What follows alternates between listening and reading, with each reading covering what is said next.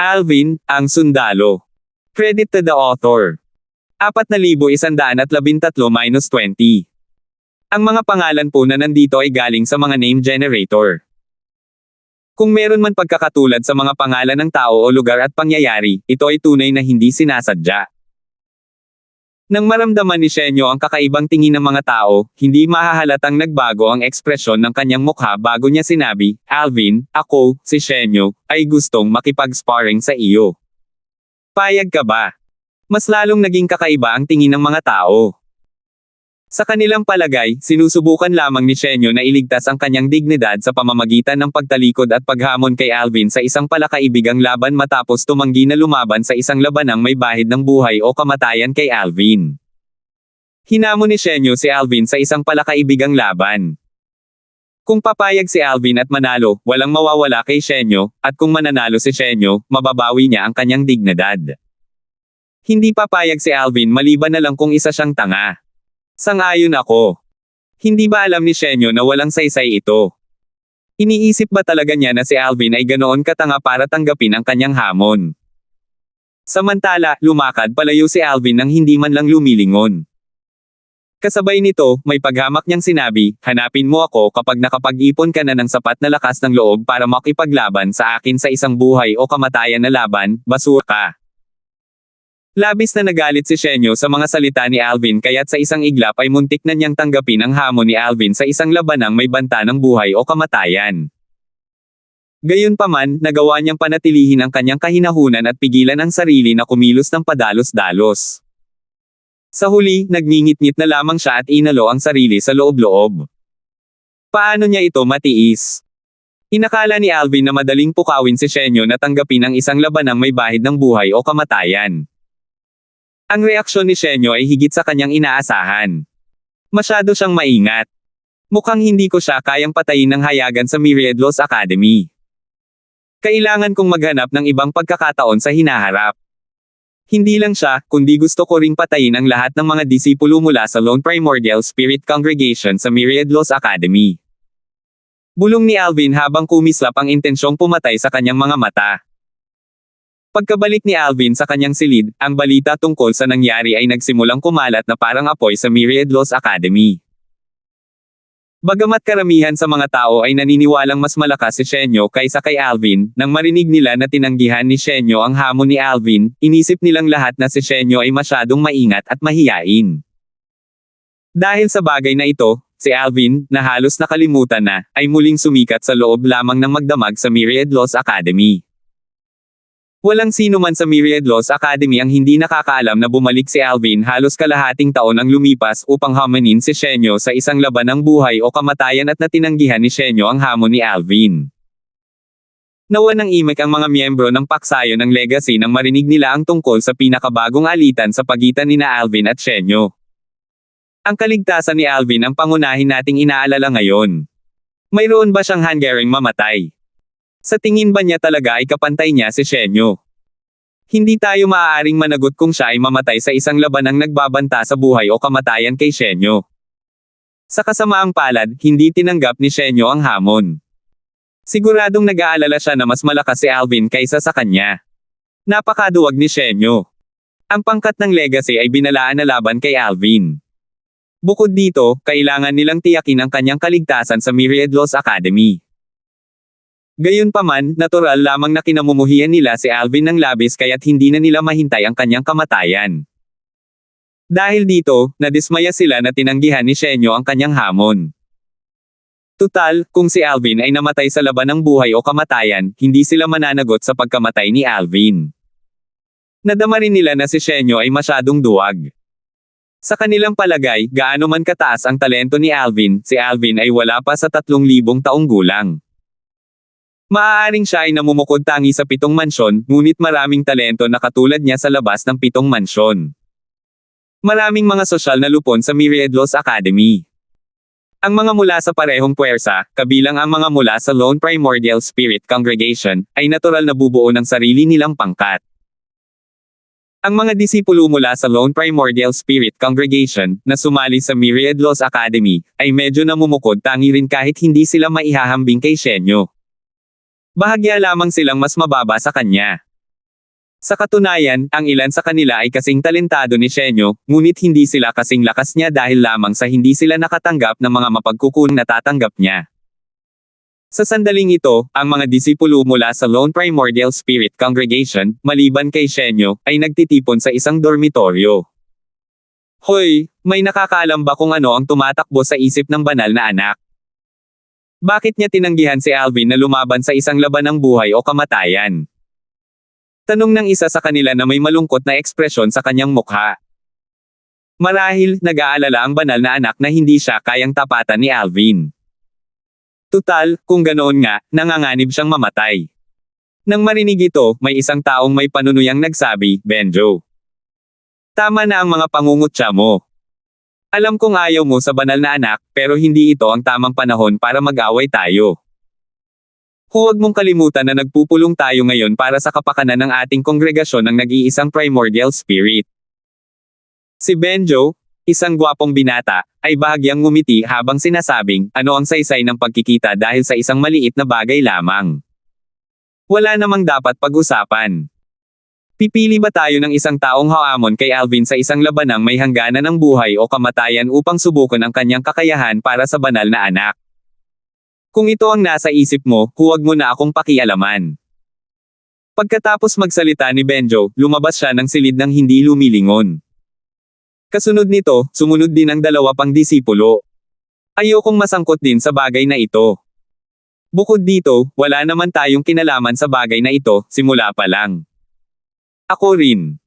Dahil ang ilan sa inyo ay may mabuting relasyon sa banal na anak, kayo mismo ang makakaalam niyan. Sa huli, 4 na disipulo na lamang mula sa Lone Primordial Spirit Congregation ang natira sa silid. Lahat sila ay may magandang relasyon kay Shenyo o kaya ay mula sa iisang paksayon sa Lone Primordial Spirit Congregation.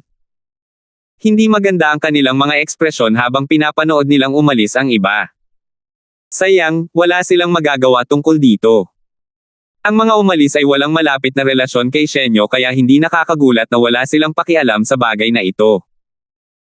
Bukod dito, ang iba ay hindi obligado na tulungan si Shenyo, at hindi rin sila masisisi ng Lone Primordial Spirit Congregation sa pananatiling walang pakialam. Nagkatinginan ng 4 na disipulo na may bakas ng pag-aalinlangan sa kanilang mga mukha. Kakalimutan na ba talaga natin ang bagay na ito? Tiyak na ire-report ng 3 iyon ang bagay na ito sa kongregasyon.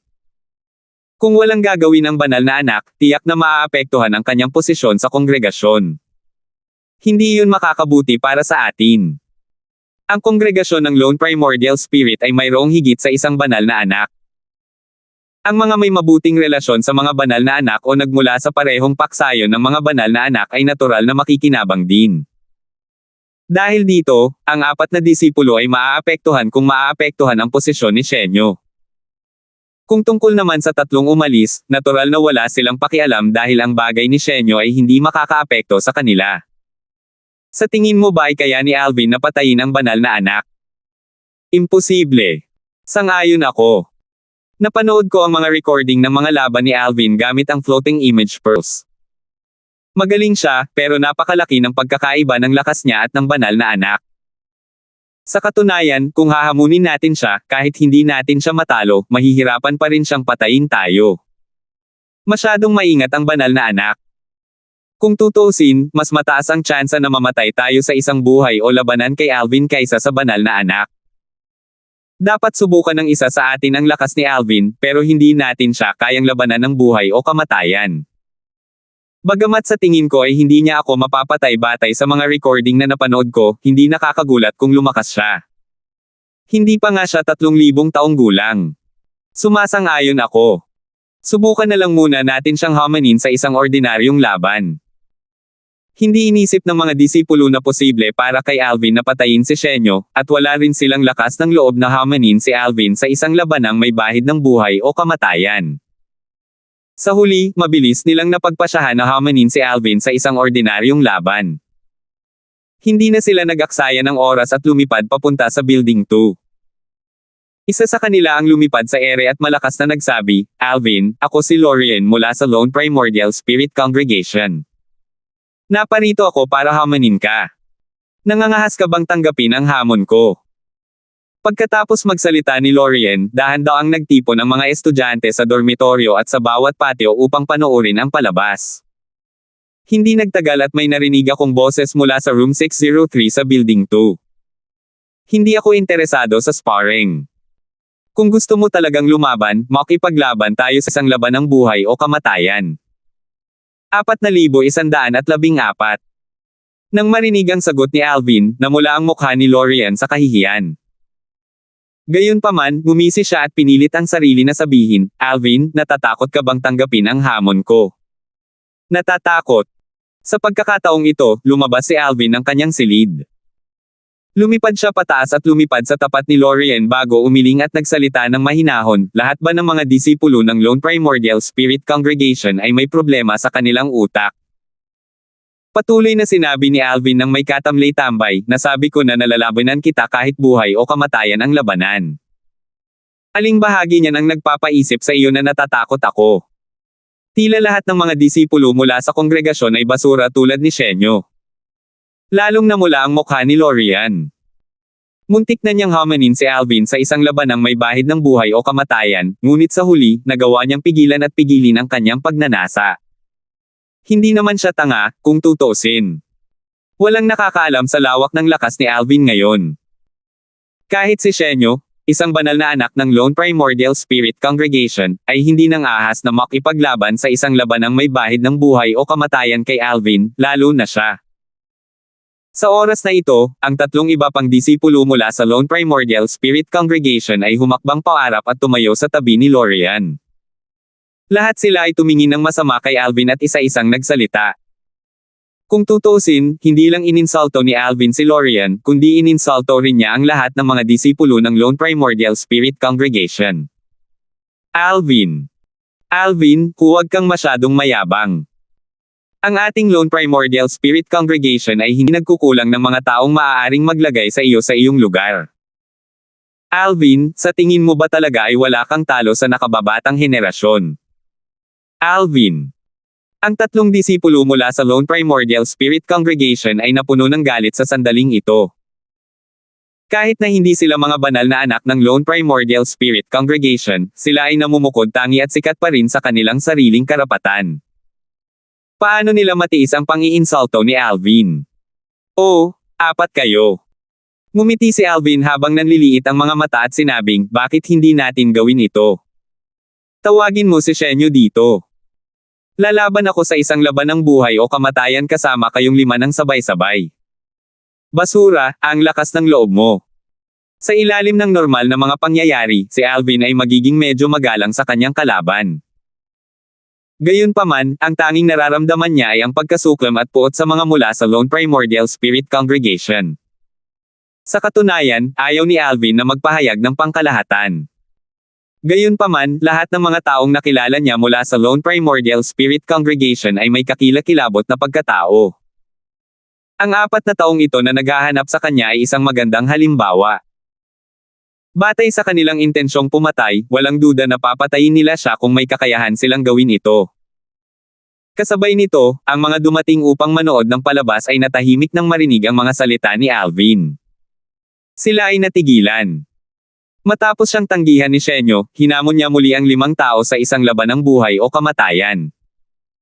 Lalo na si Shenyo, ang 4 na disipulo mula sa Lone Primordial Spirit Congregation ay hindi mga taong padalos-dalos. Kung magsasama-sama silang 4, kahit si Shenyo ay matatalo. Sa oras na ito, dumating si Shenyo, na nakakuha ng atensyon ng maraming tao. May isang nakatayo malapit doon na tumingin kay Shenyo at natawa habang nagtanong, "Shenyo, ngayong nagpanukala si Alvin ng 5 laban, hindi ka tatanggi, di ba?" Hindi ordinaryong tao ang taong ito. Isa rin siyang prodigy mula sa isa pang heavyweight Supreme Rank 4 sa Profound Energy Land.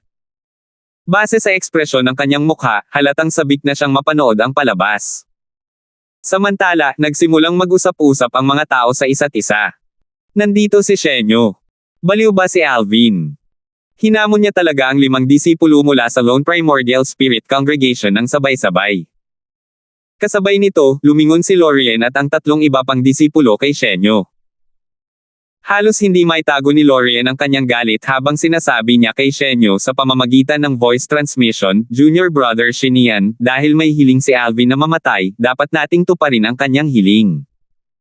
Huwag mong sabihin na sa tingin mo ay kaya niya tayong 5 patayin ng mag-isa. Gayun din, ang 3 iba pang disipulo mula sa Lone Primordial Spirit Congregation ay nagpadala ng voice transmissions kay Shenyo. Samantala, lumawak ang ngiti ni Alvin nang makita niya si Shenyo. Sabi niya, dumating kayo sa tamang panahon. Shenyo, lalabanan ko kayong 5 ng mag-isa. Dahil dito, hindi kayo dapat matakot na tanggapin ang hamon ko, hindi ba? Habang nagsasalita si Alvin, sinubukan niyang pigilan ang kanyang balak na pumatay na nagbabantang sumabog. Samantala, ang 4 na iba pang disipulo mula sa Lone Primordial Spirit Congregation ay bahagyang nabahala sa kawalan ng tugon ni Shenyo. Dali-dali silang nagpadala muli ng voice transmissions kay Shenyo. Ang mga tao ay patuloy na masiglang nag-uusap sa isa't isa. Imposibleng tanggihan ni Shenyo ang hamon ni Alvin ngayon, di ba? Kung ako ang tatanungin mo, sa tingin ko ay nagpapanggap lang si Alvin. Kung magsasanib puwersa ang 5 iyon, natatakot ako na walang kahit isang taong mas mababa sa kaharian ng isang emperador ng mga Diyos ang makakaligtas. Sang-ayon ako. Sa palagay ko ay walang sino man sa mga natatanging prodigy na iyon mula sa mabibigat na puwersa ng supreme rank ang makakalaban silang 5 ng sabay-sabay. Napakaduwag talaga ni Shenyo kung ayaw pa rin niyang tanggapin ang hamon ni Alvin. Nanlamig ang ekspresyon ni Shenyo nang marinig niya ang mga voice transmission ng kanyang mga kapwa-disipulo at ang mga talakayan sa kanyang paligid. Natural lang na gusto niyang tanggapin ang hamong ito. Gayunpaman, humingi lang siya ng payo mula sa isang elder na siyang nagtatag ng paksayon na kanyang kinabibilangan sa Lone Primordial Spirit Congregation, at pinayuhan siya ng kanyang elder na huwag tanggapin ang hamon pagkatapos ng maikling pag-iisip. Naisip din ng nakatatanda ni Shenyo na kung magsasama-sama sina Shenyo at ang 4 na iba pang disipulo, mapapatay nila si Alvin. Gayunpaman, nang maisip niya ang talento ni Alvin kahit na wala pang 3,000 taong gulang, ang kanyang pinagmulan sa makamundong kaharian, at ang kanyang pagkukusa na imungkahi ang hamon, nadama niya na may kaunting pagkakataon na maaaring kaya ni Alvin na talunin silang 5. Sa huli, nakaisip ang nakatatanda ng isa pang mungkahi. Pinagbabawalan kang tanggapin ang hamon pero kayang tanggapin ng 4 na iyon ang hamon. Kahit na mas malakas si Alvin kaysa sa iyo, basta't hindi ito gaanong kalakas, dapat ay kaya siyang patayin ng 4 na iyon kung magsasama-sama sila. Ang kailangan mo lang gawin ay manahimik. Tutulungan kitang gumawa ng mga kaayusan. Nakatiis lamang si Shenyo matapos makinig sa mga salita ng kanyang nakatatanda. Pagkaraan ng ilang sandali, ang 4 na disipulo mula sa Lone Primordial Spirit Congregation ay tumigil na rin sa paghimok kay Shenyo sa pamamagitan ng voice transmission. Nagkatinginan sila at nagsimulang mag-usap sa isa't isa sa pamamagitan ng voice transmission. Pinayagan ako ng aking ama na labanan si Alvin sa isang labanang may banta ng buhay o kamatayan basta't 4 sa amin ang papayagang magsanib puwersa. Ganito rin ang sinabi sa akin ng nanay ko. Mas malakas tayong 4 kaysa sa banal na anak kapag nagsanib puwersa tayo. Hindi magiging mahirap para sa atin na patayin si Alvin. Nag-aalala lang ako ngayon na baka tatanggihan tayo ni Alvin at ipilit na sumali rin ang banal na anak sa hamon. Tingnan muna natin kung ano ang sasabihin niya. Masayang narinig ng 4 na disipulo mula sa Lone Primordial Spirit Congregation ang mga salita ng kanilang mga nakatatanda. Tiwala sila na ang kanilang pinagsamang lakas ay mas malakas kaysa sa banal na anak. Kaya naman, hindi nila inisip na magiging mahirap para sa kanila na patayin si Alvin. Kasunod nito, kinutya nila si Alvin at sinimulang kutsain si Alvin. Alvin, hindi ka karapat-dapat na harapin kaming 4 at ang aming banal na anak ng sabay.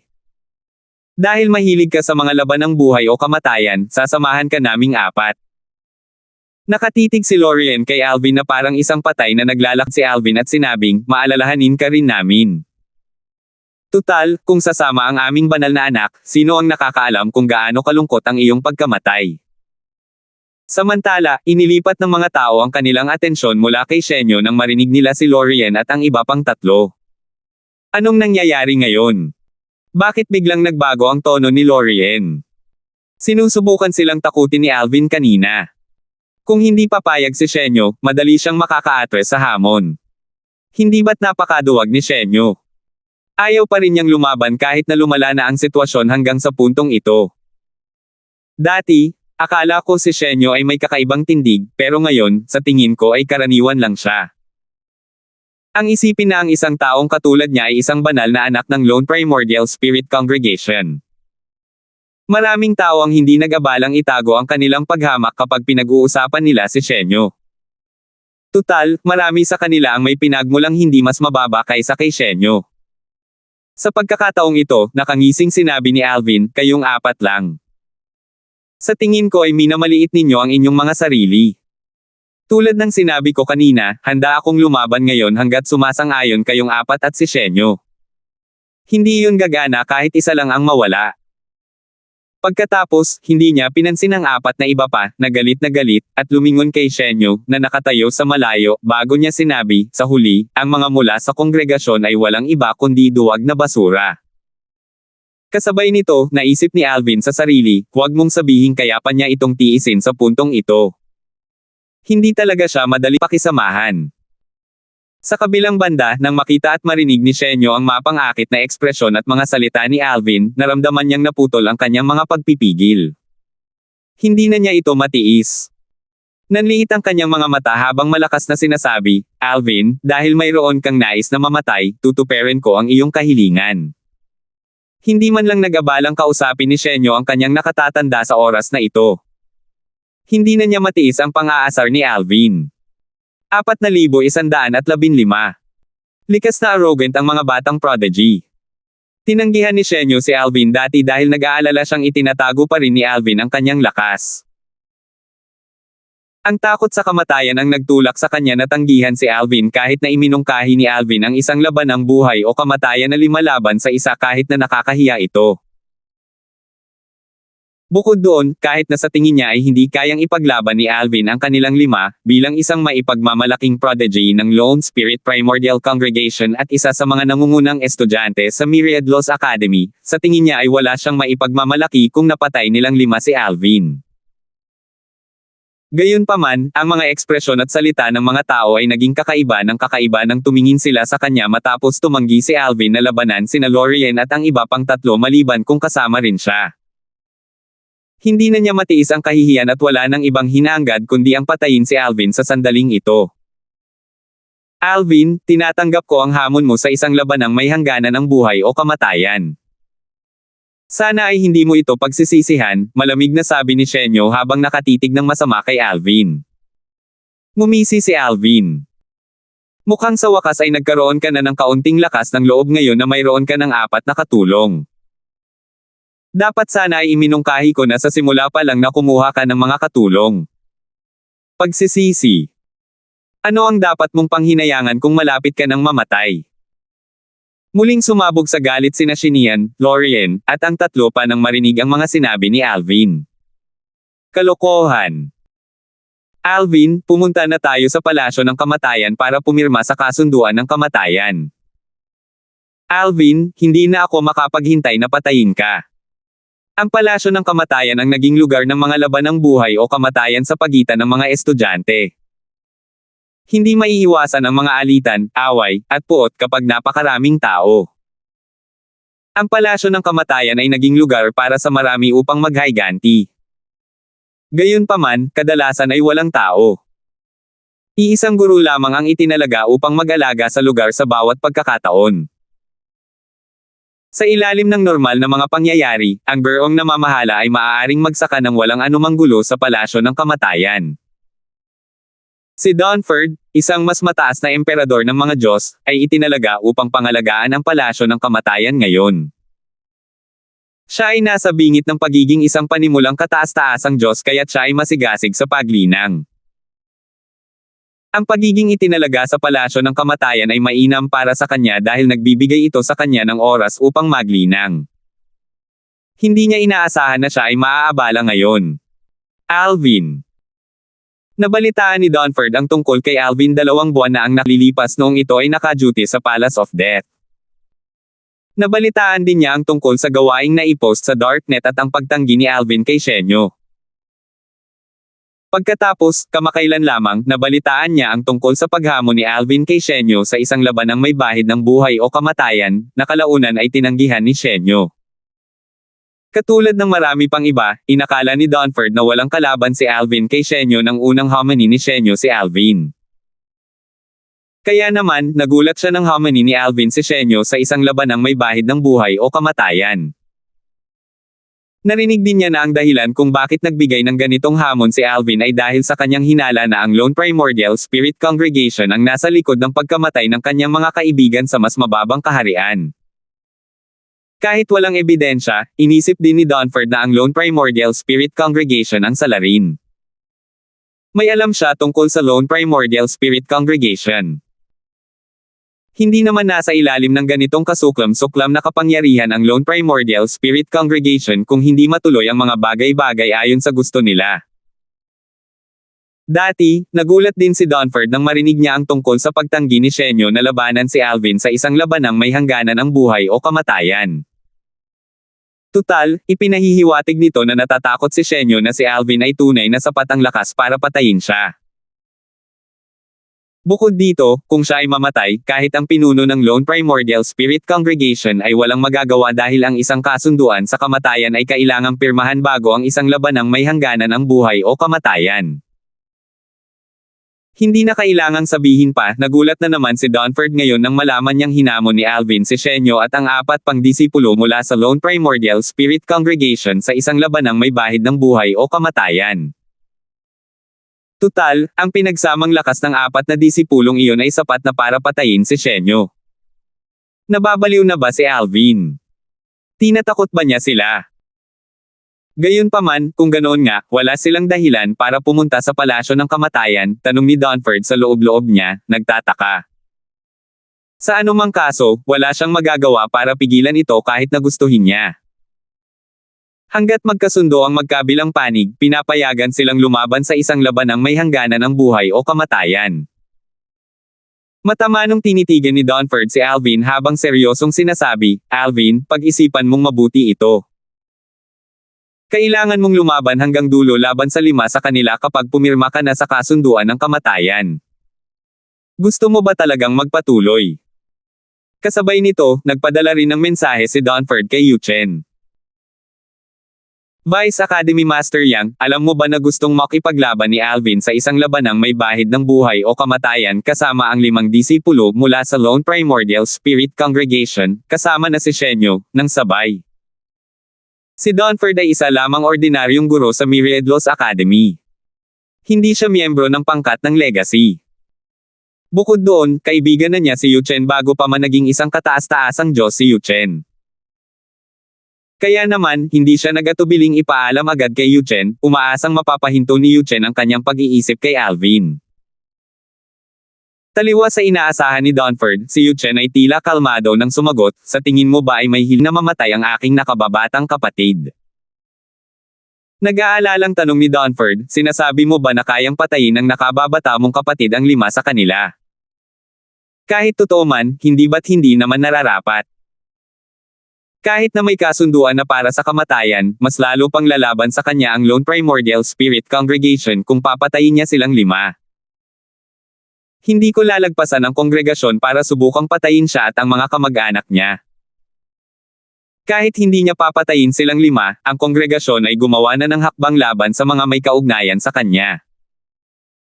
Hayaan mo na lang na natural na dumaloy ang mga bagay-bagay, walang pakialam na sabi ni Yuchen. Nagtanong si Dunford, sinabi ba sa iyo ng nakababata mong kapatid na kaya niyang patayin si Shenyo at ang iba pa? Oo, sagot ni Yuchen. At naniniwala ka ba sa kanya? Balita niya kaya hindi niya maintindihan sina Shenyo at ang iba pa. Naniniwala ako sa kanya. Sa tugon na ito, hindi alam ni Dunford kung ano pa ang sasabihin kay Yuchen. Tiningnan lamang niya si Shenyo at ang iba pa habang seryosong nagtanong, sigurado ba kayong 5 na gusto ninyong pumirma sa kasunduan ng kamatayan? Kahit ang Lone Primordial Spirit Congregation ay hindi makakapaghiganti sa inyo kung mamamatay kayo. Natural lamang na hindi pinansin ni Shenyo, Lorien, at ng iba pa ang mga salita ni Dunford. Nang makita ito, tumango na lamang si Dunford at sinabing, sige. Dahil ganoon nga, maaari na kayong pumirma sa kasunduan ng kamatayan. Isulat ang inyong mga pangalan at idiin ang inyong mga palad sa tableta. Ikinumpas ni Dunford ang kanyang kamay, at agad na lumitaw ang isang tapyas na bato. Nakaukit sa tapyas na bato ang mga patakaran, na nagsasaad na ang laban ng buhay o kamatayan ay napagkasunduan na ng magkabilang panig. Ang mananalo at ang Myriad Laws Academy ay hindi rin mananagot sa pagkamatay ng iba pang mga partido. Sino ang mauuna?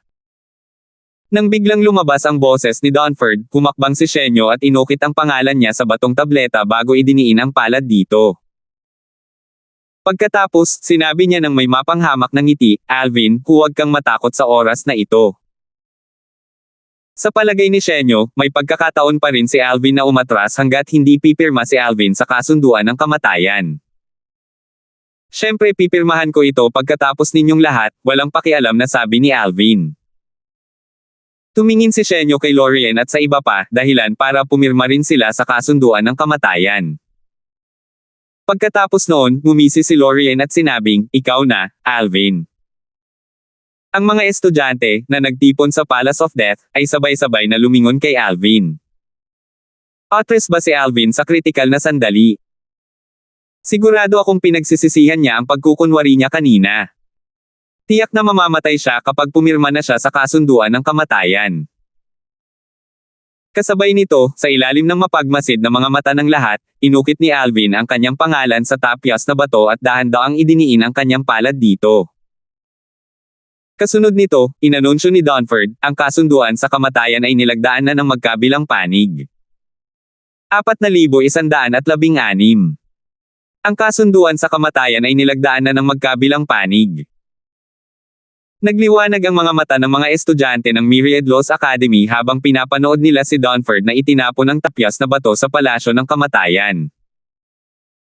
Dumami ng dumami ang mga tao habang dumarami ang mga estudyante at maging ang mga guro matapos matanggap ang balita tungkol sa labanang may hangganan ng buhay o kamatayan. Makikipaglaban ba si Alvin sa isang labanang may hangganan ng buhay o kamatayan laban kay Shenyo at sa iba pang 4 na disipulo mula sa Lone Primordial Spirit Congregation? Baliw ba siya? May gusto na ba siyang mamatay? Ang mga bagong dating, na dumating upang manood ng laban ng buhay o kamatayan, ay nadama rin na si Alvin ay may hanggaring mamatay. Tutal, ang pinagsamang lakas ng 5 disipulo ng Lone Primordial Spirit Congregation ay sapat na upang gawin silang walang talo sa mga prodigy na wala pang 10,000 taong gulang sa Profound Energy Land. Si Shenyo, isang banal na anak ng Lone Primordial Spirit Congregation, ay isa sa mga nangungunang batang prodigy sa Profound Energy Land at sinasabing isa sa mga kandidato na maging kahalili ng pinuno ng Lone Primordial Spirit Congregation. Kung tungkol sa iba pang 4 na disipulo, sila rin ang mga nangungunang disipulo sa Lone Primordial Spirit Congregation kahit na hindi sila kalaban ni Shenyo ng paisa-isa. Kung magsasama-sama silang 4, tiyak na mapapatay nila si Shenyo. Kung lalabanan sila ni Shenyo sa isang bukas na lugar, marahil, maiiwasan niya ang kamatayan at makatakas ng may higit na bilis. Gayunpaman, sa isang siksik na lugar tulad ng palasyo ng kamatayan, hindi niya maiiwasan ang kamatayan kung lalabanan niya silang 4 sa isang labanang may banta ng buhay o kamatayan. Akala ko tinatakot lang sila ni Alvin. Hindi ko inaasahan na pipirma siya ng kasunduan sa kamatayan kasama si Shenyo at ang iba pa. Iniisip ko kung ano ang tumatakbo sa isip niya. Hindi ba niya alam kung gaano kalakas sina Shenyo at ang iba pa? Siguro hindi niya ginagawa. Kung hindi, bakit niya gagawin ito? Wala sa mga prodigy na wala pang 10,000 taong gulang ang nangangahas na sabihin na kaya nilang talunin ang 5 sa kanila ng sabay-sabay, lalo na ang pagpatay sa kanila. Si Alvin ay wala pang ang 3,000 taong gulang. Hindi ko alam kung bakit niya iniisip na kaya niya silang patayin. Hindi ba't siya ang nakababatang kapatid ni Vice Academy Master Yang? Bakit hindi siya pinigilan ni Vice Academy Master Yang? Sino ang nakakaalam? Marahil, si Vice Academy Master Yang ay nasa isang closed-door cultivation. Ayon sa mga patakaran, hindi na maaaring umatras si Alvin sa laban ng buhay o kamatayan matapos pumirma sa kasunduang kamatayan. Kung hindi, siya ay hahatulan ng kamatayan ng Myriad Laws Academy. Dahil dito, walang sino man ang nangahas na sumire sa kasunduang kamatayan. Bukod dito, ang mga pumirma sa kasunduang kamatayan ay karaniwang may tiwala sa kanilang mga kakayahan. Ngayong napirmahan na ang kasunduan sa kamatayan, maaari na kayong lahat pumasok sa arena. Sa pangunguna ni Dunford, pumasok si Shenyo, ang kanyang mga kapwa at disipulo na si Alvin, at ang karamihan sa palasyo ng kamatayan. Lumiwanag ang maluwang at madilim na bulwagan ng iwagayway ni Dunford ang kanyang kamay. Sa gitna ng bulwagan, isang mahiwaga at malinaw na bilog na harang na nilikha ng isang formation ang lumutang sa ere. Ito ang formation para sa Arena of Death. Tanging ang Gerong naka-duty at ang Academy Master lamang ang may control sa formation na ito. Sinasabing kayang tiisin ng harang ang buong puwersa ng isang simpleng kataas-taasang Diyos. Kung totoo ito, ang harang ay tunay na matibay. Ayon sa mga patakaran, ang harang ay hindi mawawala hanggat hindi namamatay ang isa sa mga kalaban. Walang sino man ang maaaring makialam sa panahon ng labanan. Kung hindi, ituturing din silang lumabag sa mga patakaran ng akademya, at sila ay parurusahan. Wala nang pagbabalik si Alvin. Sayang. Isang natatanging prodigy ang mamamatay sa palasyo ng kamatayan ngayon. Tama ka. Sayang naman. Halos lahat, kasama na si Dunford, ay nag-isip na imposibleng mabuhay si Alvin. Naisip niya ang kumpiyansa ni Yu Chen na mapapatay ni Alvin si Shenyo at ang kanyang mga kapwa disipulo, at hindi niya maiwasang makaramdam ng pagdududa. Gayunpaman, batay sa kanyang pagkaunawa kay Yu Chen, alam niyang hindi basta-basta sasabihin ni Yu Chen ang mga ganoong salita. Kung tunay na kayang patayin ni Alvin ang 5 sa kanila ngayon, siya ang magiging nangungunang batang prodigy sa Profound Energy Land. May kakayahan ba talaga si Alvin na patayin sila? Ano man ang opinyon ni Dunford, hindi niya hinahangad na mamatay si Alvin sa laban ng buhay o kamatayan. Tutal, si Alvin ay nakababatang kapatid ng kanyang matandang kaibigan na si Yu Chen. Nakalulungkot na wala na siyang magagawa dahil napirmahan na ang kasunduan sa kamatayan. Tanging ang Academy Master ng Myriad Laws Academy lamang ang makapagliligtas kay Alvin sa oras na ito. Gayunpaman, hindi makikialam ang Academy Master dahil ang kanyang kredibilidad ay makukwestiyon kung makikialam siya sa isang laban ng buhay o kamatayan. Wala nang pagbabalik ngayon, buntong hininga ni Dunford sa sarili. Pagkatapos, seryoso niyang tiningnan si Alvin at ang 5 disipulo mula sa Lone Primordial Spirit Congregation habang sinasabing, dadalhin ko kayo sa Arena of Death ngayon. Huwag ninyong labanan ang enerhiya, at huwag kayong gagawa ng aksyon pagpasok ninyo sa arena. Maghintay hanggang sa tumunog ang Bell of Death. Kung hindi, papatayin kayo ng formation ng arena. Pagkarinig pa lang ng boses ni Dunford, agad na nakaramdam si Alvin ng isang malakas na enerhiya na bumabalot sa kanya. Ang enerhiyang iyon ang nagpadala sa kanya at sa iba pa patungo sa pabilog na harang. Lahat kayo, lumayo po kayo sa Arena of Death. Ang Palace of Death ay hindi mananagot kung aksidente kayong mapatay ng formation, babala ni Dunford. Natigilan ang mga tao nang marinig nila ang mga salita ni Dunford.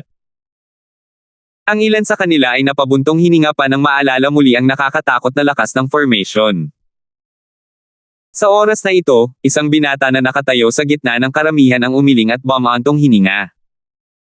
Alvin, bakit ka ba ang tanga-tanga mo?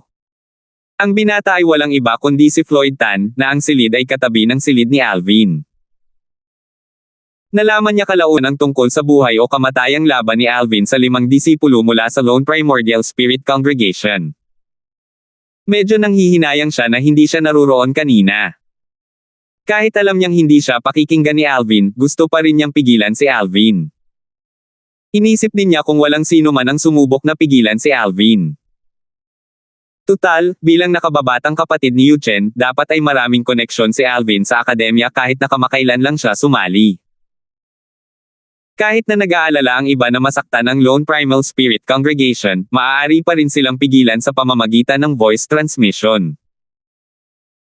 Sa katunayan, nakatanggap si Alvin ng maraming mensahe na pumipigil sa kanya na lumaban sa isang labanang may banta ng buhay o kamatayan habang siya ay naglalakbay patungo sa palasyo ng kamatayan. Gayunpaman, hindi niya pinansin ang lahat ng mga ito. Tutal, paano niya naman masasamantala ang isang magandang pagkakataon para maghiganti?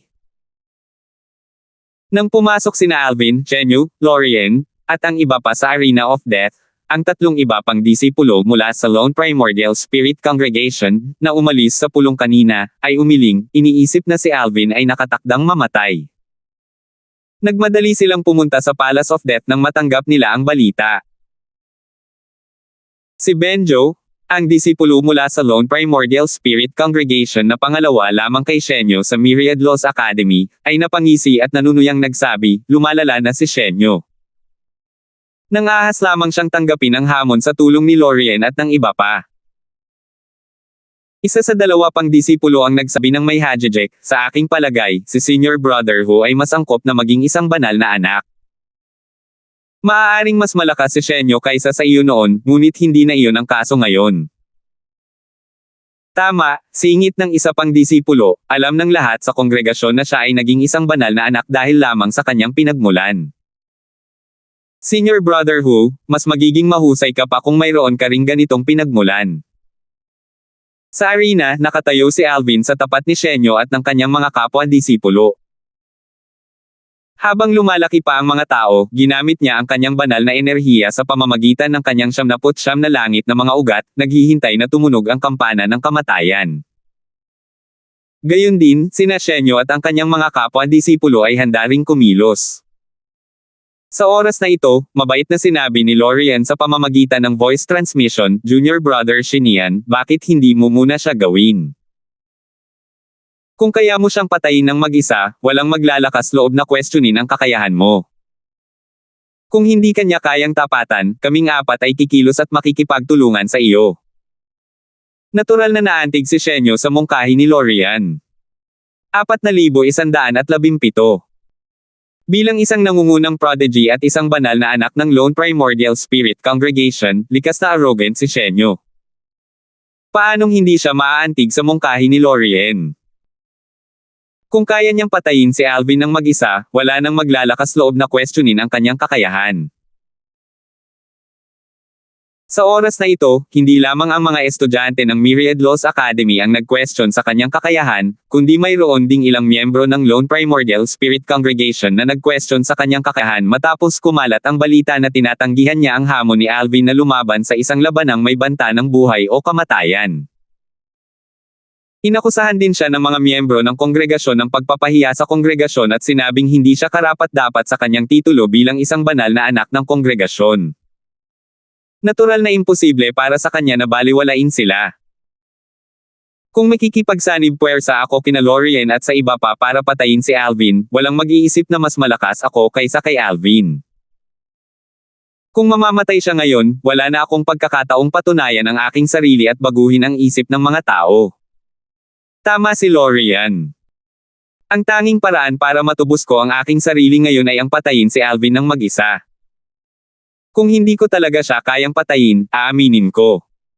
Sa oras na iyon, si Lorien at ang iba pa ang kikilos.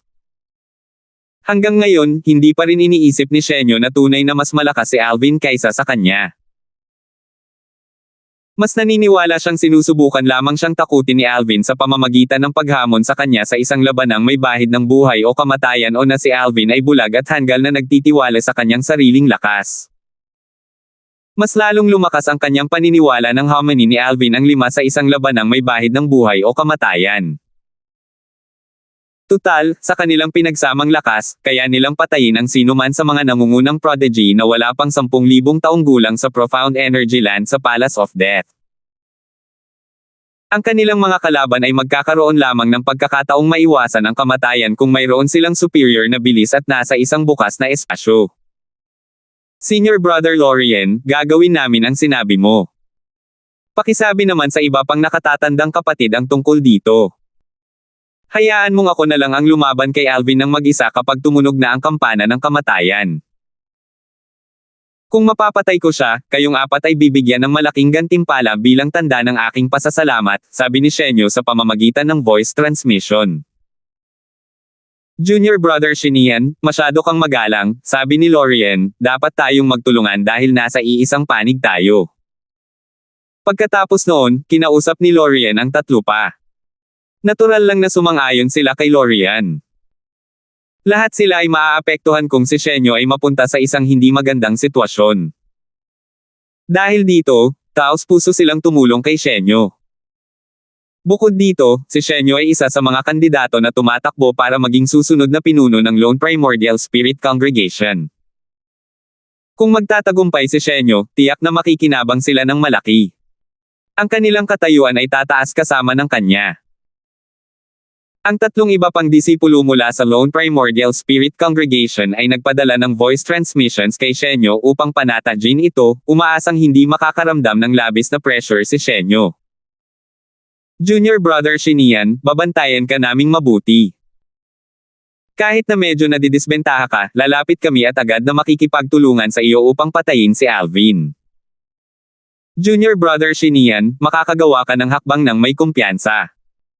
Kung hindi mo siya mapapatay, tutulungan ka namin. Natural na nagpahayag ng pasasalamat si Shenyo matapos makinig sa kanilang mga voice transmission. Nakaramdam siya ng lubos na kapanatagan, at ang kanyang mga titig nang tumingin siya kay Alvin ay naging mas matalas kaysa dati.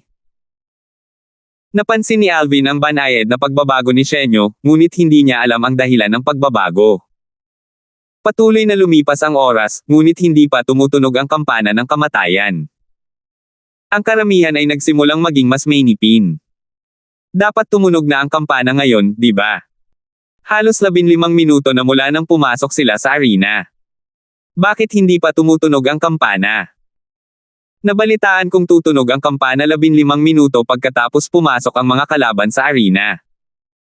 Malapit nang matapos ang 15 minuto. Hoy, hanggang kailan kaya makakatagal si Alvin? Kung magsasanib puwersa sina Shenyo at ang iba pa sa sandaling magsimula ang labanan, natatakot ako na hindi tatagal ng higit sa 3 hininga si Alvin. Maraming estudyante ang nagsimulang mag-isip-isip habang hinihintay nilang magsimula ang labanan. Inisip nila kung gaano katagal makakatagal si Alvin bago ito mamatay. Sa kanilang paningin, si Alvin ay hindi naiiba sa isang patay na tao ngayon. Dahil walang noise cancelling formation, natural na narinig ni Alvin ang mga talakayan sa kanyang paligid.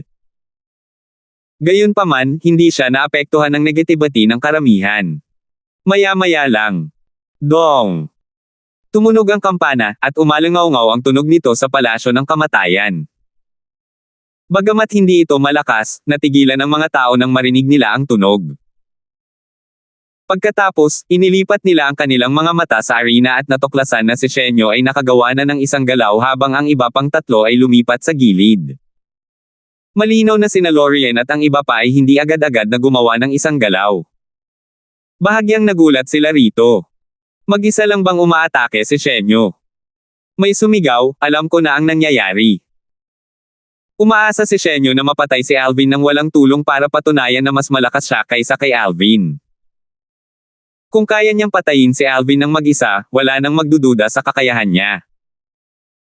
Hindi na niya kailangang mag-alala dahil tutulungan siya ni Lorian at ng iba pa kung hindi siya kayang tapatan ni Alvin. Sa tingin mo ba ay kaya ni Shenyo patayin si Alvin ng walang tulong? Sa palagay ko ay hindi. Bagamat iniisip ng lahat na si Alvin ay masyadong mayabang at tiyak na mamamatay sa pakikipaglaban sa 5 sa kanila ng sabay-sabay, si Alvin ay napakalakas din.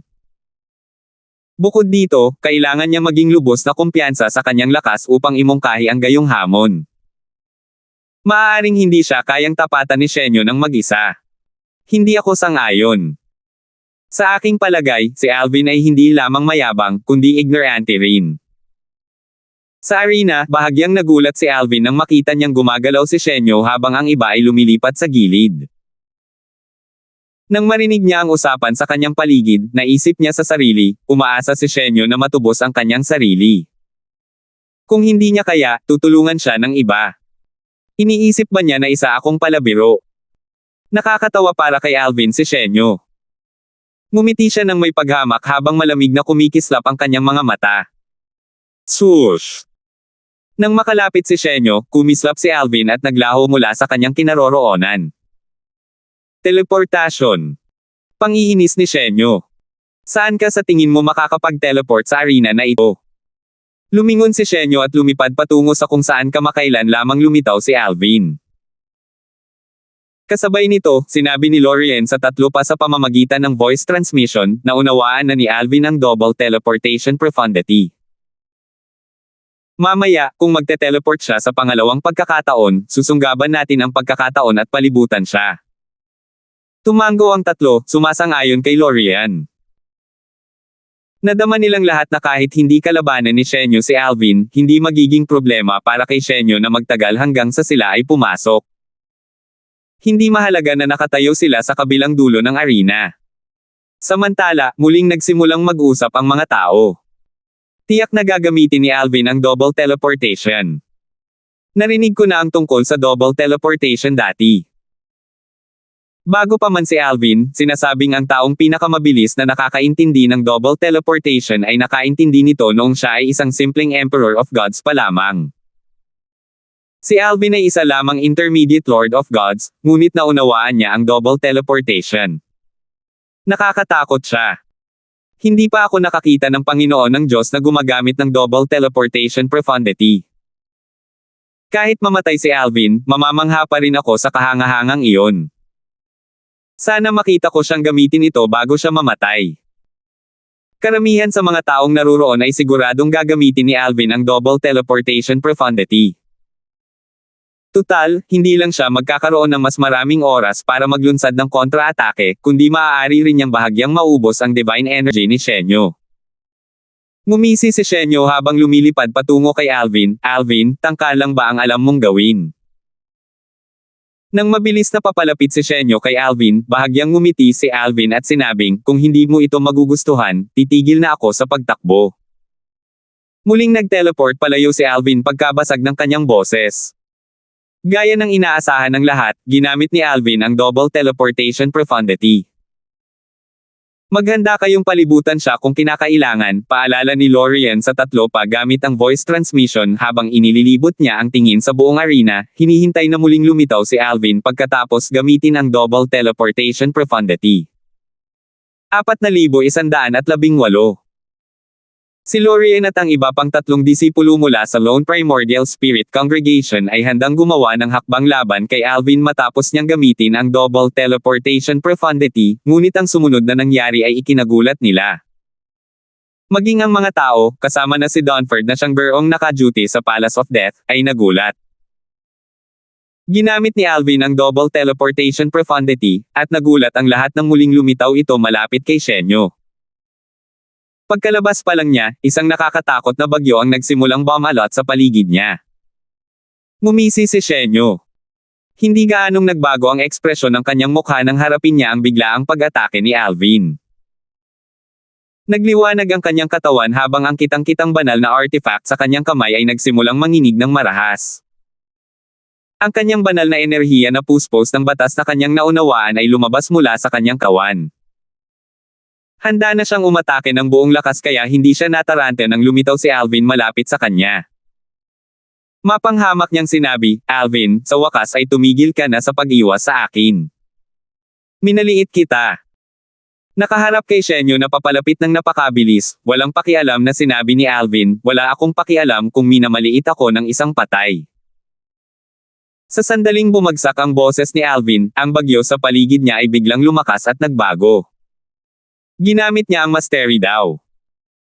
Sa oras na ito, ang kanyang pag-unawa sa Mastery daw ay lumampas na sa kanyang pag-unawa sa Sword daw dahil sa kanyang panahon sa Supreme Powerhouse Relic. Swoosh! Swoosh! Swoosh! Ang bagyong pangkalawakan ay lalong sumisindek habang lumalakas ito. Mula sa malayo, para itong isang buhawi. Nakita ng lahat ang pag-alon at pag-ikot ng hangin habang umiikot ang buhawi. Kasabay nito, isang 7 kulay na espada ang biglang lumitaw sa harap ni Alvin. Kasunod nito, isang payat na figure ang lumitaw sa hangin sa ibabaw ng espada bago ito sumanib sa espada. Ito. Si Shenyo, na nakatayo malapit kay Alvin, ang unang natauhan. Biglang nagbago ang ekspresyon ng kanyang mukha nang mapasigaw siya sa takot, isang kilalang banal na espada na may kumpletong kaluluwa ng artifact. Gulat at hindi makapaniwala si Shenyo, dahilan para magambala siya. Nang makabawi si Lorien at ang kanyang tatlong kapwa-disipulo mula sa pagkabigla ng makita ang nakakatakot na bagyong spatial ni Alvin, muli silang nagulat nang makita nila ang kanyang kitang-kitang banal na espada. Walang espesyal ang banal na anak ng Lone Primordial Spirit Congregation, sabi ni Alvin. Bago pa makabawi si Lorien at iba pa mula sa kanilang pagkabigla, winasak ni Alvin ang atake ni Shenyo, na lubhang hamina dahil sa kanyang kawalan ng atensyon, gamit ang kanyang espada. Swoosh! Ang 7 kulay na espada ay kumikinang nang nakasisilaw matapos sirain ang atake ni Shenyo. Kasunod nito, lumipad ito patungo kay Shenyo. Kapatid na Shinian. Ang 4 na disipulo mula sa Lone Primordial Spirit Congregation ay likas na lumipad patungo kay Shenyo. Sa kasamaang palad, hindi pa nila nararating si Shenyo nang dumapo ang mga sinag ng espada ng 7 Orifices Exquisite Sword kay Shenyo. Sa isang kisap mata lamang, si Shenyo ay naging abo. Pagkatapos noon, casual na pinulot ni Alvin ang kitang-kitang banal na artifact ni Shenyo na nahulog sa lupa. Ganito lang, namatay si Shenyo, ang banal na anak ng Lone Primordial Spirit Congregation.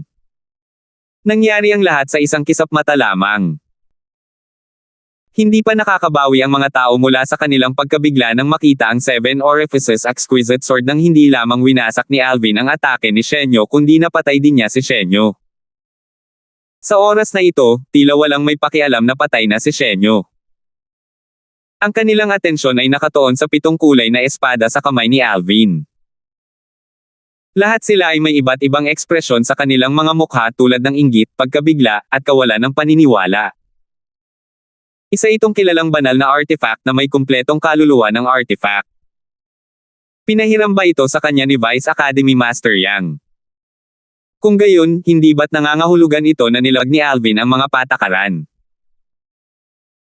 Ipinagbabawal ng Palace of Death ang mga elder ng mga kalahok sa labanang may hangganan ang buhay o kamatayan na magpahiram ng mga kilalang divine artifact na may hindi kumpleto at kumpletong kaluluwa ng artifact sa mga kalahok. Hindi iyan espada ni Master Yang ng Vice Academy. Kasabay nito, tumigil sa paggalaw si Lorien at ang kanyang mga kapwa-disipulo. Ang kanilang mga ekspresyon ay puno ng pagkadismaya. Matamang nakatitig sila kay Alvin habang nagrereklamo kay Dunford. Guro, hahayaan mo bang makalusot si Alvin sa paglabag sa mga patakaran? Samantala, si Dunford ay nagsagawa ng sunod-sunod na mga kilos ng kamay, nagtayo ng harang sa pagitan ni Alvin at ng 4 na disipulo mula sa Lone Primordial Spirit Congregation upang pigilan sila sa paggawa ng isa pang galaw. Pagkatapos nito, lumipad siya sa ere at seryosong tinanong si Alvin, "Alvin, saan mo nakuha ang kilalang banal na espadang ito na may kumpletong kaluluwa ng artifact?" Tumingin si Alvin kay Dunford at ngumiting sumagot, "Guro, lahat tayo ay may kanya-kanyang hindi inaasahang pangyayari. Maaari ko bang tanggihan na sagutin ang tanong na ito dahil hindi ko ito maabala?" Tumanggaw si Dunford. "Hindi mo kailangang magpaliwanag, pero kailangan mong patunayan na sa iyo ang kitang-kitang banal na espada. Kung hindi mo mapapatunayan, ituturing kang lumabag sa mga patakaran ng Palasyo ng Kamatayan, at ang parusa para sa paglabag na iyon ay kamatayan." Bahagyang nanginig ang mga tao nang marinig ang mga sinabi ni Dunford.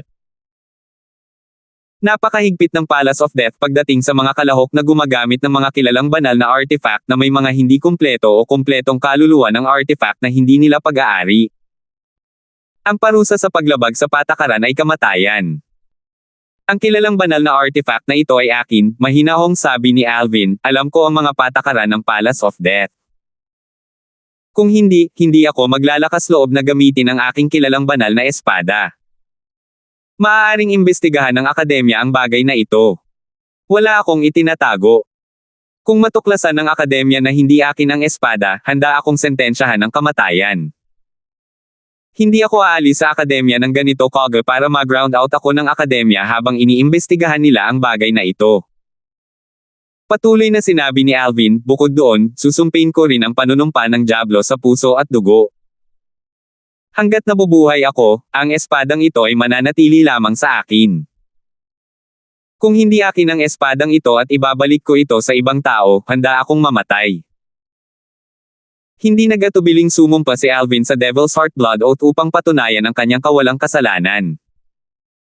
Nang marinig iyon, agad na napawi ang hinala ng karamihan.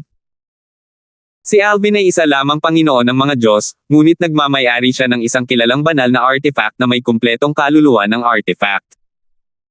Susmariosep.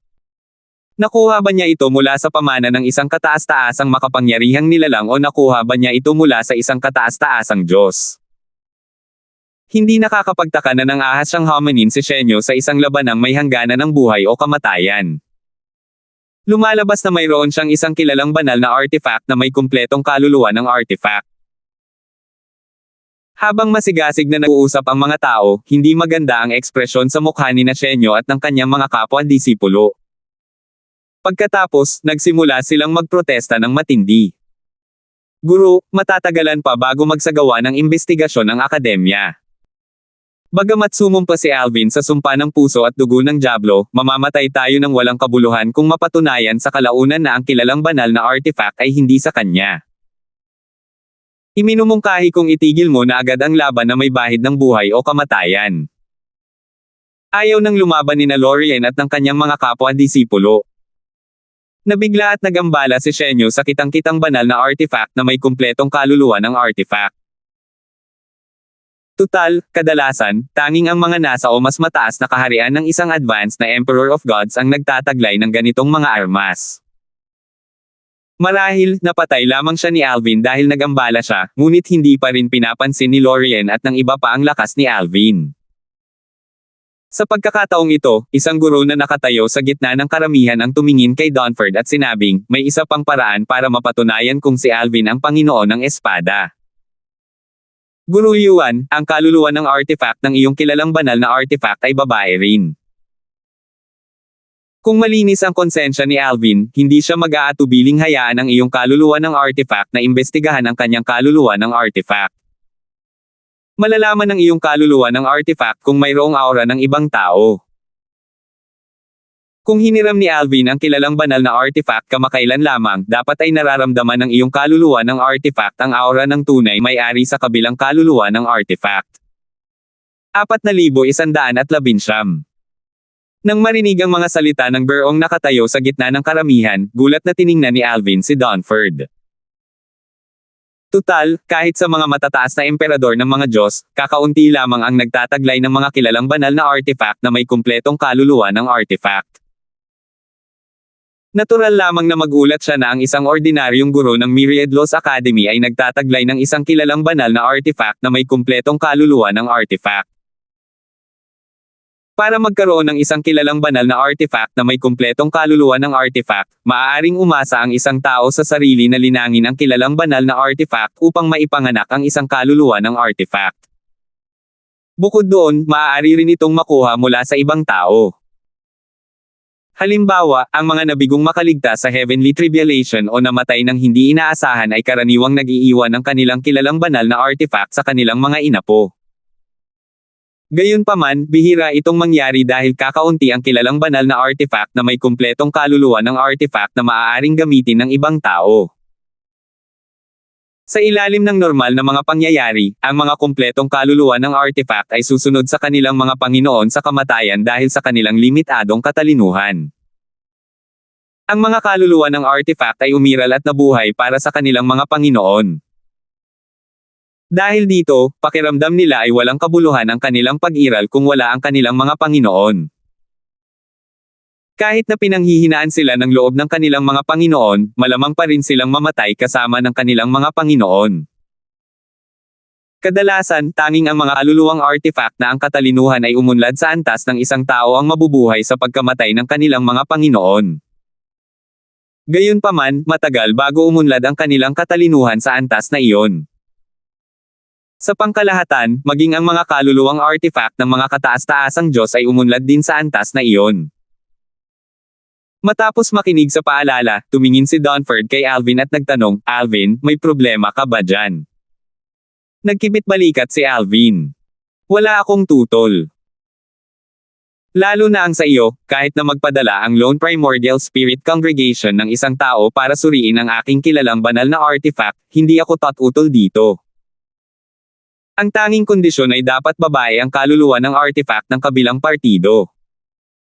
Sa katunayan, hindi mahalaga ang kasarian ng mga kaluluwa ng artifact kahit na ang mga kaluluwa ng artifact ay hindi pa nakakabuo ng isang tiyak na antas ng katalinuhan.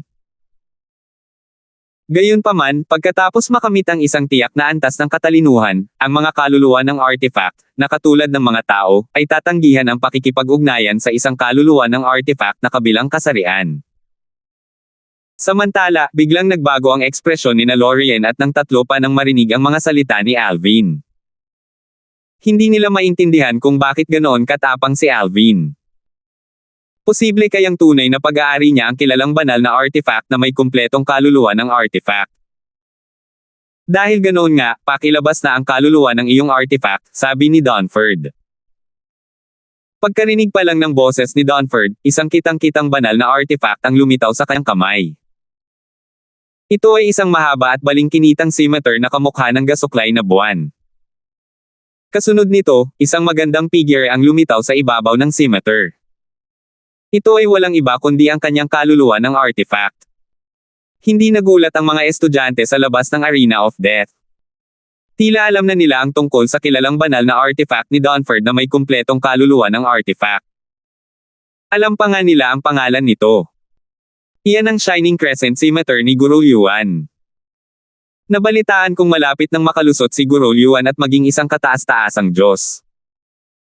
Natural lamang na taglay niya ang isang kilalang banal na artifact na may kumpletong kaluluwa ng artifact. Nagniningning na Crescent Scimitar. Ang gandang pangalan. Mas malakas si Guru Yuan kaysa sa inaakala natin. Kasabay nito, hiniling ni Alvin kay Hana na magpakita rin. Ang 7 butas na kahangahangang espada ay sumabog na may makukulay na ilaw na nagliwanag sa buong palasyo ng kamatayan bago lumitaw si Hana. Nakasuot siya ng makulay na damit habang lumilipad sa ere. Ang kanyang buong pagkatao ay tila kumikinang sa isang nakasisilaw na liwanag na ginagawang mapatla ang lahat ng nasa kanyang paligid kung ikukumpara. Natigilan ang lahat. Makikita ng mga may matalas na mata na hindi mahina si Hana. Ang kaluluwang ito ng artifact. Mukhang mas mature ang Divine Sword Soul ni Alvin kaysa sa Divine Sword Soul ni Teacher Yuan. Natatakot ako na tanging ang mga kaluluwa ng artifact ng mga kataas-taasang Diyos lamang ang may ganitong antas ng kapanahunan, hindi ba? Bahagyang nagulat din si Dunford. Gayunpaman, mabilis siyang nakabawi at ipinadala ang kanyang kaluluwa ng artifact sa Arena of Death habang sinasabi, Alvin, hayaan mong makipagtulungan ang iyong kaluluwa ng artifact sa investigasyon. Hindi nito masasaktan ang iyong kaluluwa ng artifact kaya makakasiguro ka. Oo, sabi ni Alvin bago tinawag si Hana. Sa ilalim ng mapagmasid na tingin ng lahat, isang banal na puting liwanag ang sumiklab mula sa kaluluwa ng artifact ni Dunford at binalot si Hana. Pagkatapos, ang liwanag ay nagsimulang pamitik ng ritmo. Pagkatapos ng 12 paghinga, ang liwanag ay humupa. Kasunod nito, ang kaluluwa ng artifact ay lumingon upang tumingin kay Dunford bago siya umiling.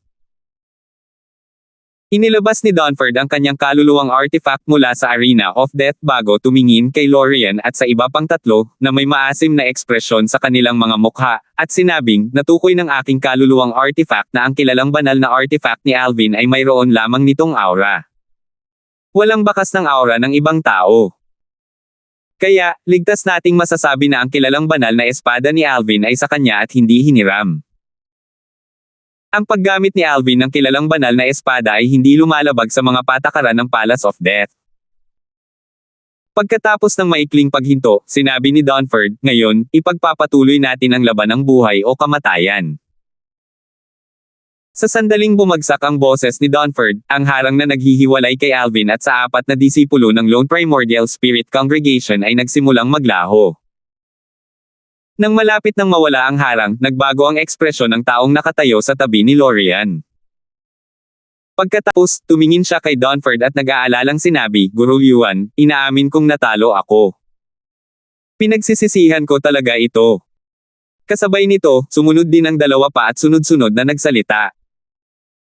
Guru Yuan, hindi namin alam na si Alvin ay nagtataglay ng isang kilalang banal na artifact na may kumpletong kaluluwa ng artifact bago kami sumang-ayon na lumaban sa isang labanang may hangganan ng buhay o kamatayan.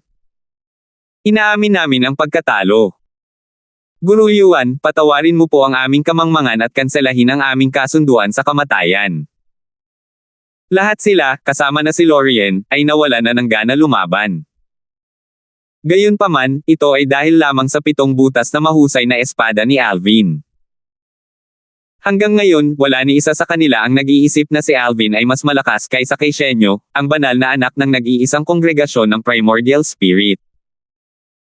Sa kanilang palagay, napatay lamang ni Alvin si Shenyo dahil sa kanyang kitang-kitang banal na espada na may kumpletong kaluluwa ng artifact na napakalakas.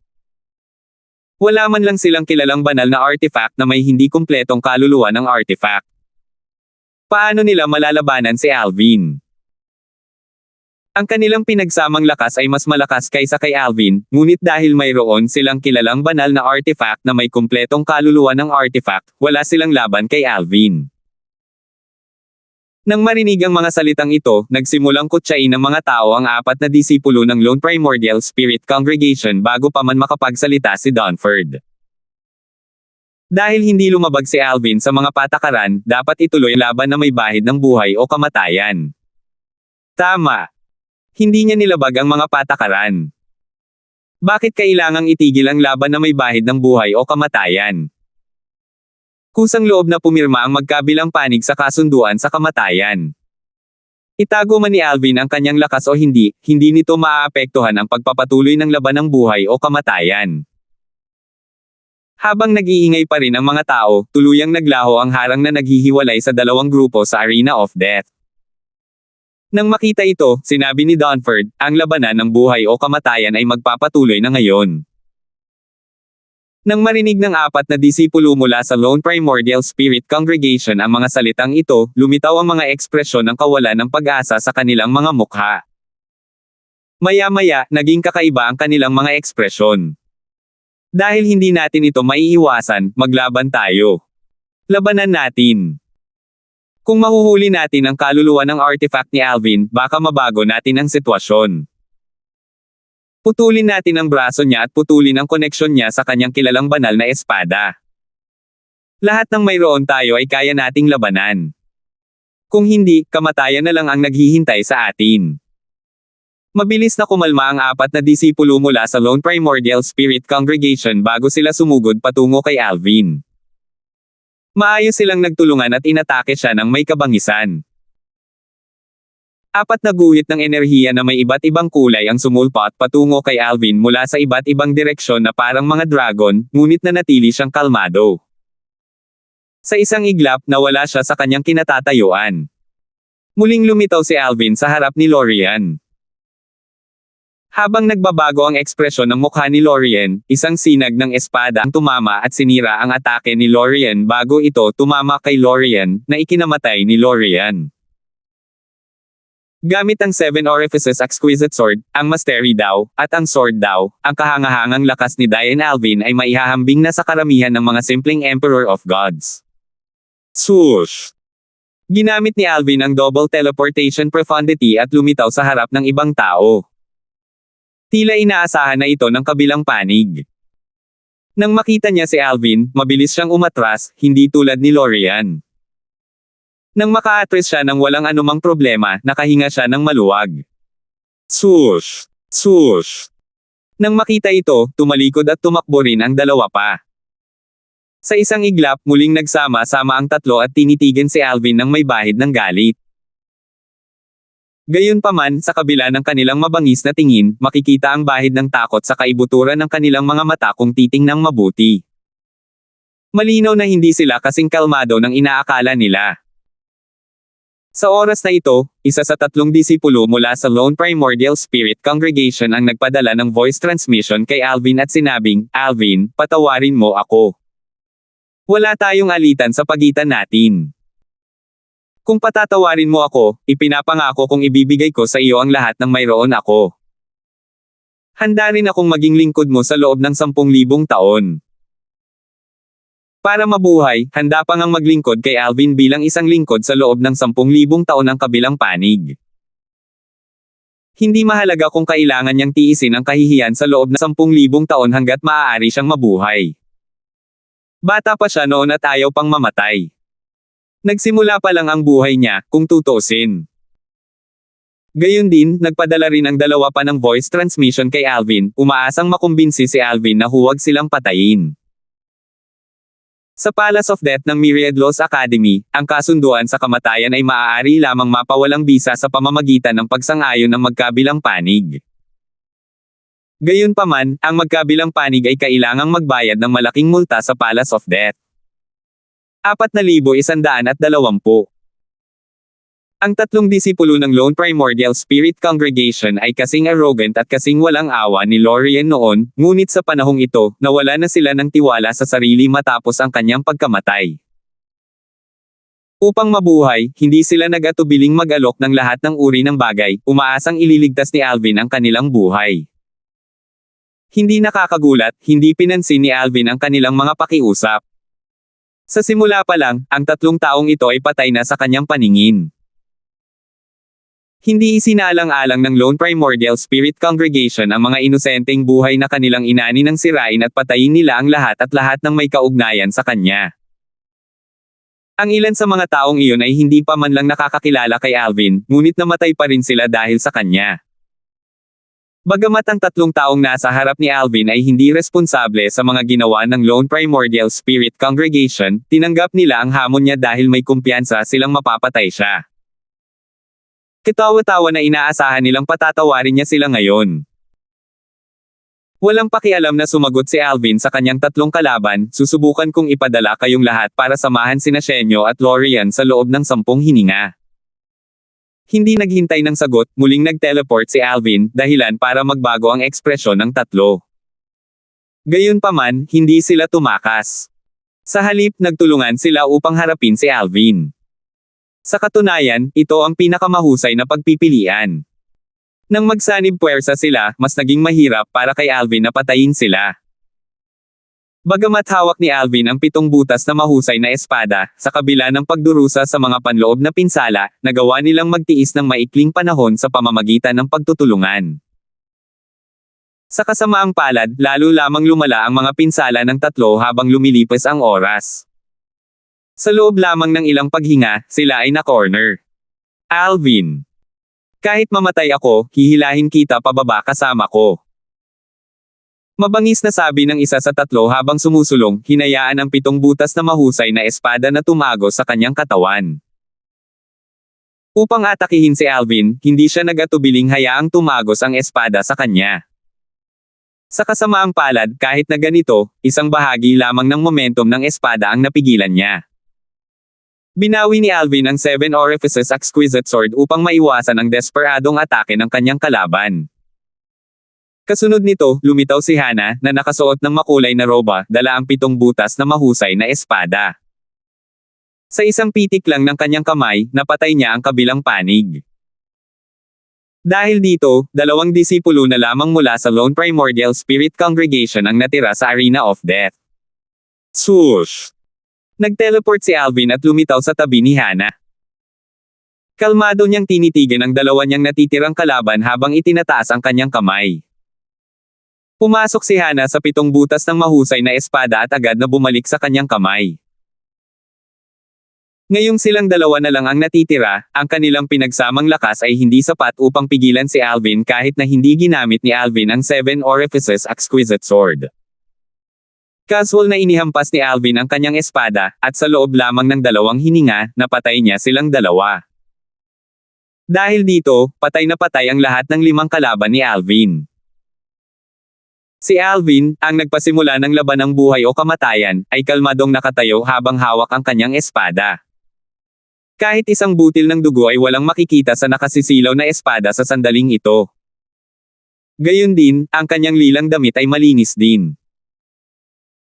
Hindi kasama ang oras kung kailan ginamit ni Dunford ang kanyang kaluluwa ng artifact upang siyasatin si Hana, wala pang 20 hininga ang kinailangan ni Alvin upang patayin si Shenyo, isang banal na anak ng Lone Primordial Spirit Congregation, at ang 4 pa.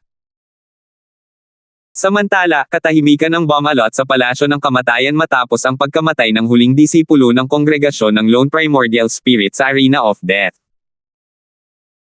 Laking gulat nila ng lahat ng 5 disipulo ng kongregasyon ng Lone Primordial Spirit, kabilang si Shenyo, isang banal na anak ng kongregasyon, ay patay na. Isa sa 2 taong nakatayo sa tabi ni Benjo, isang natatanging disipulo ng Lone Primordial Spirit Congregation, ay mukhang takot habang bumubulong, patay na silang lahat. Bumantong hininga ng madamdamin ang katabi niya. Mabuti na lang at hindi natin sila sinundan para maghanap ng gulo kay Alvin. Kung hindi, mamamatay tayo sa laban ng buhay o kamatayan. Si Alvin ay nagtataglay ng isang kilalang banal na artifact na may kumpletong kaluluwa ng artifact. Kahit na 3 pa tayo, hindi pa rin natin siya mapapatay. Nagbago ang ekspresyon ni Benjo nang marinig niya ang mga salita ng kanyang 2 kasama. Kumislap ang takot sa kanyang mga mata habang nakatingin sa lilang figure sa Arena of Death. Marahil, si Alvin ay maaaring mas malakas lamang ng kaunti kaysa kay Shenyo kung wala ang kitang-kitang banal na espada na may kumpletong kaluluwa ng artifact. Gayunpaman, gamit ang espada, nagawa niyang patayin si Shenyo sa loob ng ilang segundo. Ang katotohanan na si Shenyo ay nagambala ng espada ay malaki rin ang naitulong sa tagumpay ni Alvin na mabilis na mapatay si Shenyo. Gayunpaman, gamit ang espada, kahit na hindi magambala si Shenyo, mapapatay pa rin niya si Shenyo. Sandali na lamang ang hihintayin. Nanginig si Benjo sa loob-loob niya. Masyado siyang malakas. Kung lalabanan ko siya, baka hindi ko nakayanin pang humawak ng higit sa 3 hininga kung gagamitin niya ang espada. Pagkaraan ng ilang sandali, nagpadala si Benjo ng voice transmission sa kanyang 2 kasama, at dali-dali silang umalis sa Palace of Death. Labis siyang natakot na baka hindi masisiyahan si Alvin kahit na matapos niyang patayin ang 5 disipulo mula sa Lone Primordial Spirit Congregation at maghanap pa ng gulo sa kanila. Hindi na kailangang sabihin pa, kung hahamuin sila ni Alvin sa isang labanang may banta ng buhay o kamatayan, hindi nila tatanggapin ang hamon. Gayunpaman, maiiwasan nila ang kahihiyan kung aalis sila ngayon. Bukod dito, mayroon din silang ibang mga bagay na dapat asikasuhin. Ngayong namatay na ang 5 disipulo ng Lone Primordial Spirit Congregation, kabilang ang isang banal na anak, natural lamang na kailangan nilang iulat ang bagay na ito sa kongregasyon sa lalong madaling panahon. Sa katunayan, hindi nagtagal pagkatapos ng pagkamatay ni Shenyo, may isang tao sa Lone Primordial Spirit Congregation ang nakatuklas na ang Soul Pearl ni Shenyo ay nabasag. Gayunpaman, bago pa man makapagtanong ang kongregasyon tungkol sa bagay na ito, 4 na Soul Pearls na naman ang magkakasunod na nabasag. Dahil dito, paano nila hindi malalaman na may malaking nangyari? Ang banal na anak, si Lorien, at ang 3 pang disipulo ay pinatay ni Alvin, isang estudyante mula sa Myriad Laws Academy. Maaaring hindi mas malakas si Alvin kaysa sa banal na anak. Napatay niya lang silang 5 dahil sa hawak niyang kilalang banal na espada na may kumpletong kaluluwa ng artifact. Paano posible na ang isang intermediate Lord of Gods ay nagtataglay ng isang kilalang divine artifact na may kumpletong artifact soul? May nagpahiram ba nito sa kanya? Base sa pagkakaalam ko, si Yu Chen, ang Vice Academy Master ng Myriad Laws Academy, ay ang kanyang nakatatandang kapatid. Pinahiram ba sa kanya ni Yu Chen ang kilalang divine sword na may kumpletong artifact soul? Hindi. Ang kilalang banal na artifact ni Yu Chen na may kumpletong kaluluwa ng artifact ay hindi isang espada. Kung gayon, malamang hiniram ni Yu Chen ang espada mula sa iba para kay Alvin. Ipinagbabawal ng mga patakaran sa Palace of Death ang paggamit ng mga hiniram na kilalang divine artifact na may mga kaluluwang hindi kumpleto at hindi kumpleto ang artifact. Nangangahulugan ba ito na nilabag ni Alvin ang mga patakaran? Kung hindi nilabag ni Alvin ang mga patakaran, tahimik na lang natin matiis ang pagkatalo na ito. Tutal, lahat sila ay pumirma ng kasunduan sa kamatayan. Gayunpaman, kung nilabag ni Alvin ang mga patakaran, kailangan niyang pagbayaran ito. Isang malaking kaguluhan ang naganap sa Lone Primordial Spirit Congregation habang kumakalat ang balita. Hindi nagtagal at nagpatawag ng isang emergency meeting, at nagtipon ang lahat ng matataas na opisyal sa kongregasyon. Sa panahon ng pagpupulong, isang matandang lalaki ang tinarget ng maraming tao. Isang lalaking nasa katanghaliang gulang na may matangos na ilong ang nakatitig ng mabuti sa matanda at sinabi sa malalim na boses, "Pangalawang pinunong Lu, narinig ko na hinamon ni Alvin si Shenyo, isa sa ating mga banal na anak, sa isang labanang may banta ng buhay o kamatayan dahil nagpadala ka ng mga tao para patayin ang mga kamag-anak niya sa mas mababang kaharian." Sa katunayan, matagal nang alam ng lalaking nasa katanghaliang gulang ang bagay na ito, ngunit nagbubulag-bulagan siya dahil maraming tao sa Lone Primordial Spirit Congregation ang gumawa ng mga bagay na tulad nito. Gayunpaman, iba na ngayon dahil nawalan sila ng 5 natatanging disipulo. Pangalawang pinunulo, hindi mo nilinis ng maayos ang iyong mga bakas at hinayaan mo si Alvin na matonten ang bagay na ito pabalik sa kongregasyon. Pangalawang pinunulo, dapat sana'y humingi ka ng tulong sa akin. Kahit papaano, sisiguraduhin kong walang maiiwan na bakas. Ang matandang lalaki ay si Tianfeng, ang pangalawang pinuno ng Lone Primordial Spirit Congregation. Siya ang nagpadala ng mga tao sa mas mababang kaharian upang patayin ang lahat ng may kaugnayan kay Alvin. Sa sandaling ito, ang ekspresyon ni Tianfeng ay labis na madilim. Si Shenyo ay hindi mula sa kanyang paksayon kaya siya ang mananagot sa pagkamatay ni Shenyo. Sa kabila ng hindi magandang ekspresyon sa kanyang mukha, mahinahon niyang sinabi, "Masisiguro ko na wala akong iniwang bakas na maaaring humantong sa aming kongregasyon." Sa aking palagay, si Alvin ay nanghuhula lamang at walang konkretong ebidensya. Dahil sa aming reputasyon at nakaraang pag-uugali, hindi mahirap makita kung bakit siya nakarating sa ganoong conclusion. Bago mo ako ituro, dapat mong pag-isipan at tingnan kung nagawa mo na ang mga ganoong bagay noon. Kung hindi mo pa nagawa ang mga ganoong bagay noon, saka ka lamang kwalipikado na husgahan ako. Pagkatapos magsalita ni Tianfeng, agad na natahimik ang mga taong naninisi sa kanya. Tutal, wala naman sa kanila ang malinis ang mga kamay. Bukod dito, tulad ni Alvin, marami ang nakakaalam na sila ang nasa likod ng bagay na ito kahit walang konklusibong ebidensya. Ang kaibahan ay hindi sila dumanas ng pagkalugi tulad ng naranasan nila sa pagkakataong ito. Sa pagkakataong ito, nawalan sila ng isang banal na anak. Ang mga banal na anak ng kongregasyon ng Lone Primordial Spirit ang pinakanamumukod tanging mga disipulo sa kongregasyon at dala ang mataas na pag-asa ng kongregasyon. Silang lahat ay mga kandidato upang maging kahalili ng pinuno ng kongregasyon ng Lone Primordial Spirit. Halimbawa, ang kasalukuyang pinuno ng kongregasyon ng Lone Primordial Spirit ay isa ring banal na anak ng kongregasyon ng Lone Primordial Spirit noon. Bukod dito, bukod kay Shenyo, sina Lorien at ang 3 pang namatay ay lubos ding namumukod tangi sa nakababatang henerasyon sa kongregasyon ng Lone Primordial Spirit kahit na mas mababa sila sa mga banal na anak. Lahat sila ay may potensyal na maging mga kataas-taasang Diyos sa hinaharap. Ang mga karaniwang disipulo sa Lone Primordial Spirit Congregation ay hindi ipapadala sa Myriad Laws Academy. Natural lamang na hindi tatanggap ang Myriad Laws Academy ng mga karaniwang estudyante. Sa oras na ito, ang pinuno ng Lone Primordial Spirit Congregation na nakaupo sa pangunahing upuan, na tahimik mula pa noong una, ay malamig na napangisi. Agad na natahimik si Tianfeng at ang iba pang matataas na opisyal sa Lone Primordial Spirit Congregation. Lumingon sila sa pinuno ng Lone Primordial Spirit Congregation na may seryosong ekspresyon sa kanilang mga mukha. "Salamat po at sinamahan ninyo ako, ingat lagi mga master."